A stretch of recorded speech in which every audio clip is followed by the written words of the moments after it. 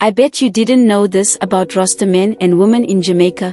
They were looked at as dreadful creatures in Jamaica in the 20th century. In the lush hills of early 20th century Jamaica, a man named Rupert emerged from a humble village with a faith that burned brightly within him. Rupert was a Rastafarian, a follower of a burgeoning movement that sought to reclaim African identity and resist colonial oppression.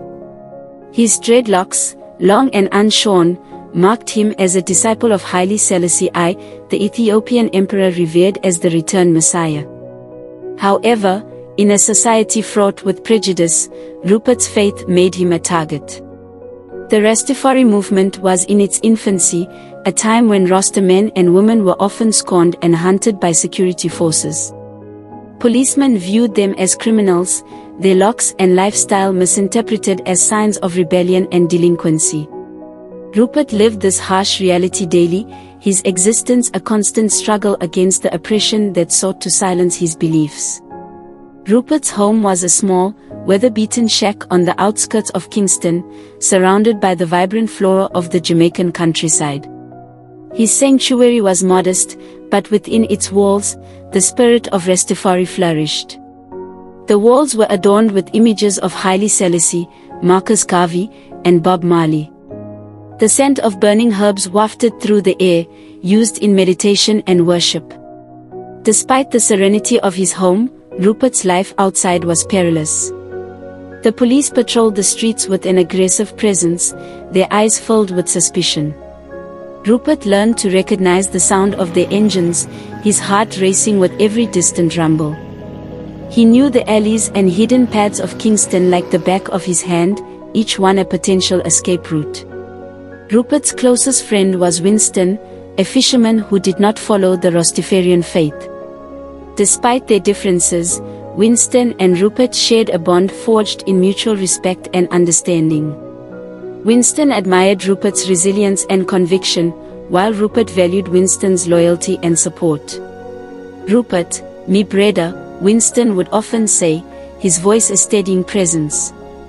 "Them don't understand your faith I, but you have to keep strong." One sweltering afternoon, as Rupert walked back from the market with a bag of fresh produce and herbs, he encountered a police car parked ominously on the side of the road. His heart pounded in his chest as he tried to remain calm. The officer spotted him instantly. "Hey, you! Come here, Rasta boy," one of them barked. Rupert froze. He knew that running would only make things worse. Taking a deep breath, he turned to face them. "Yes, officer," he asked, his voice steady despite his fear. "What you have in the bag?" the officer demanded. "Just food and herbs, sir," Rupert replied, opening the bag to reveal its contents. The officer sneered, roughly grabbing the bag and spilling its contents onto the ground. "You Rastas think you can do as you please, eh? You're all the same, troublemakers." Rupert's anger simmered beneath the surface, but he kept his composure. "I'm just a man living my life, officer," he said quietly. The officer's face twisted with disdain. He shoved Rupert against the wall, frisking him with unnecessary force. Rupert endured the humiliation, reciting prayers to Jah under his breath. Just as the situation seemed unbearable, a voice rang out. "Yow, you Babylon police boys should stop harass the men." It was Winston, striding towards them with determination. "Him don't do nothing wrong." The officers hesitated. Winston was a respected figure in the community, and his intervention carried weight. After a tense moment, they released Rupert, who staggered but remained upright. "Next time, you won't be so lucky," the officer warned before they drove away. Rupert's body ached from the rough treatment, but his spirit remained unbroken. "Give thanks, Winston," he said, his voice weary but grateful. "You na happy say nothing, Rupert. Why happy look out for each other," Winston replied, helping him gather the scattered food. Days turned into weeks, and weeks into months, each one filled with similar encounters. Rupert's life was a delicate dance of survival, each step a defiance against the forces that sought to break him. His faith, however, remained unshaken. He found solace in the teachings of Rastafari, drawing strength from the words of Haile Selassie and the music of Bob Marley. One evening, as the sun dipped below the horizon, Rupert sat outside his home, strumming his guitar and singing softly. The melody was a hymn of resistance, a tribute to the enduring spirit of his people. The words spoke of freedom and justice, of a world where Rastas could live without fear. A group of children gathered around, their faces alight with curiosity. They listened intently, their eyes wide with wonder. To them, Rupert was a storyteller, a keeper of wisdom and tradition. He taught them the values of love and respect, planting seeds of hope in their young hearts. One of the children, a boy named Dwayne, looked up at Rupert with admiration. "Uncle Rupert, why do police not like Rasta?" he asked innocently.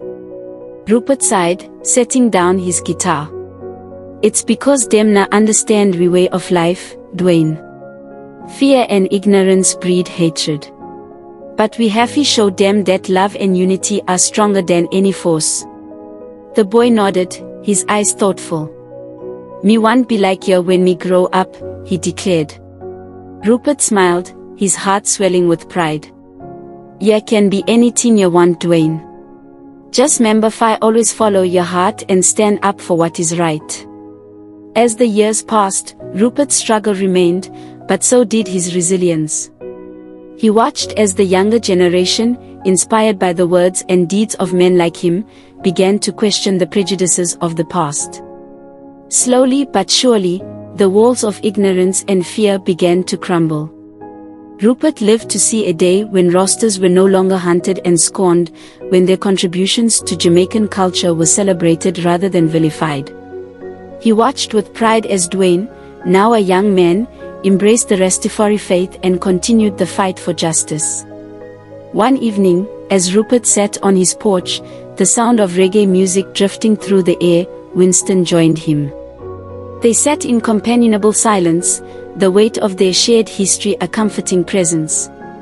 "You did it, Rupert," Winston said quietly. "You showed them that Rasta is more than just locks and ganja. You showed them the true spirit of love and resistance." Rupert nodded, a serene smile on his lips. "It was never just me alone, Winston. It was the spirit of Jah, the strength of we people. We have to give thanks for the journey, for all we overcome." As the sun set over the hills, painting the sky with hues of gold and crimson, Rupert felt a deep sense of peace. He had faced unimaginable trials and emerged stronger, his faith and spirit unbroken. In his heart, he knew that the struggle for justice and understanding would continue, but he also knew that love and unity would always prevail. And so, the story of Rupert the Rasta lived on, a beacon of hope and resilience for generations to come, a reminder that even in the darkest of times, the light of the human spirit can never be extinguished. Please support our channel by leaving a like and subscribe.